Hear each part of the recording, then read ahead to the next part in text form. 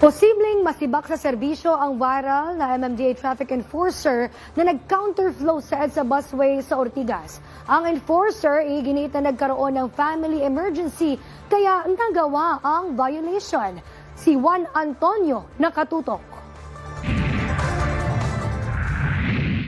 Balik ka, balik. Lasing.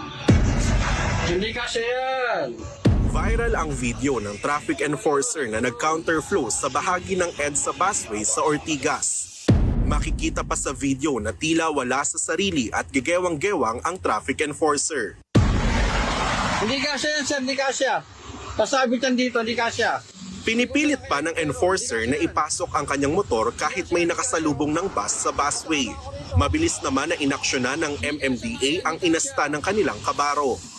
Binigyan natin siya ng show cause order at binigyan na rin siya pati ng mga ticket na sa kanyang violation.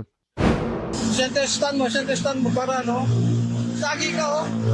First time raw mag-violate ang MMDA enforcer sa trabaho sa loob ng 2 dekadang serbisyo sa ahensya. Apparently, this will be his first case administratively after 22 years. Balik ka, balik. Napag-alaman din ng ahensya na matapos ang duty nito sa trabaho noong Huwebes, dumaan sa isang kasiyahan ng enforcer kaya nakainom. Mag-aalas 10 ng gabi, tumawag ang misis ng enforcer dahil sa isang family emergency. Dala lang po ng problema sa aking pamilya. Lalo-lalo na po sa aking anak na PWD. May sakit po sa butos sa puso. Hindi kasi yan, sir. Hindi kasi.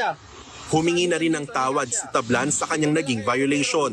Pinapasilip na rin ng Traffic Discipline Office sa kanilang MMDA Metro Base ang pangyayari bukod sa viral video online. Ito ay para maimbestigahan rin ang anggulo bago pumasok sa EDSA busway ang traffic enforcer. Mayroong 72 hours o 3 araw ang naturang traffic enforcer para sumagot sa show cause order na pinadala ng MMDA. Bukod sa multa sa traffic violation, posible pa itong matanggal sa serbisyo kung mapapatunayang nagkaroon ng grave misconduct sa investigasyon na gumugulong laban sa traffic enforcer.